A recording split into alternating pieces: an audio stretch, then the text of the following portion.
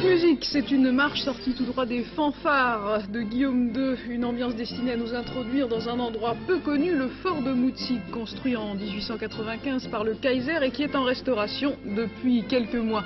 Paul Kobisch et Luc Savage ont joué pour nous les avant-gardes.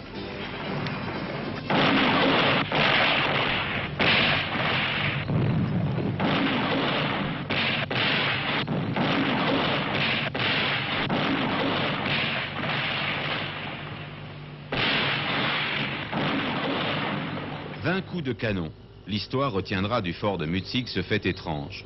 250 hectares puissamment fortifiés, 30 batteries de canons ultramodernes en 1914, des casernements pour 6000 hommes munis d'un confort en tout point semblable à ce qu'offrira la ligne Maginot 40 ans plus tard, tout cela pour 20 coups de canon tirés entre 14 et 18. Avec le recul, un tel investissement s'explique mal, comme on aura sans doute du mal dans quelques siècles à comprendre pourquoi on a élevé un rideau de fer le long de certaines frontières européennes. Pourtant, en 1884, il y avait des raisons de faire ainsi étalage à cet endroit d'une puissance aussi considérable. Une fortification est une structure permanente que tout le monde voit sur le terrain. À partir du moment où c'est une chose qu'on ne peut pas cacher, quand on en prend une aussi grande emprise sur le terrain, on exproprie des propriétaires, on ne peut pas cacher les choses. Donc l'adversaire va savoir que la structure se trouve là, l'espionnage fonctionne. J'ai d'ailleurs trouvé des plans très intéressants d'espionnage côté français aux archives de Vincennes qui montrent qu'on était très bien informé sur ce qui s'était fait à Mutzig. Donc la première fonction était donc de dire nous sommes ici, nous avons telle capacité de feu, frottez-vous-y, je dirais. La dissuasion avant la lettre. Une fonction dissuasive avant la lettre. Dans quelques semaines, l'un de ces générateurs d'origine se remettra en marche grâce à la patience et au talent de quelques passionnés qui se sont attelés à un travail de restauration délicat, mais facilité par l'aide de l'armée, trop proche pour s'en désintéresser. Le régiment a quand même bien aidé sur le plan moyen matériel. Donc la proximité du régiment est un élément essentiel. Essentiel, et puis c'est le terrain de manœuvre du régiment. C'est le terrain de manœuvre du régiment. Tout le régiment, les jeunes notamment, les jeunes vont sur ce terrain de manœuvre qui se trouve en ligne droite. Ils ont 2 km à faire en sortant de la caserne en ligne droite. Ils montent directement, ils sont en une demi-heure, ils sont là-haut. C'est leur terrain d'exercice. Hein.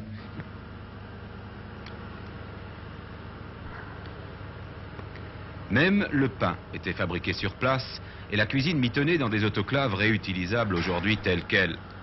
Parmi les pièces de musée signées Krupp, ce canon antipersonnel qui serait le dernier exemplaire connu dans le monde. La passion de Bernard Bourg est un curieux mélange d'amour pour les objets anciens et pour une histoire technique souterraine qui fait des guerres elles-mêmes presque un épiphénomène.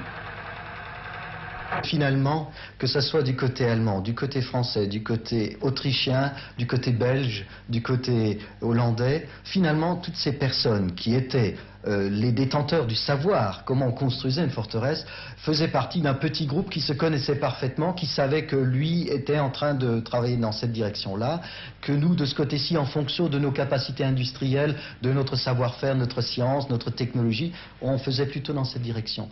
Mais il y a une espèce de communauté d'envisager les problèmes qui est vraiment remarquablement homogène.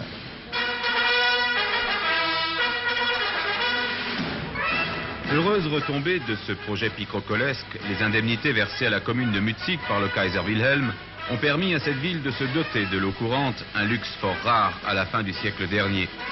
Mutzig illustre l'une des étapes du développement millénaire des techniques de fortification.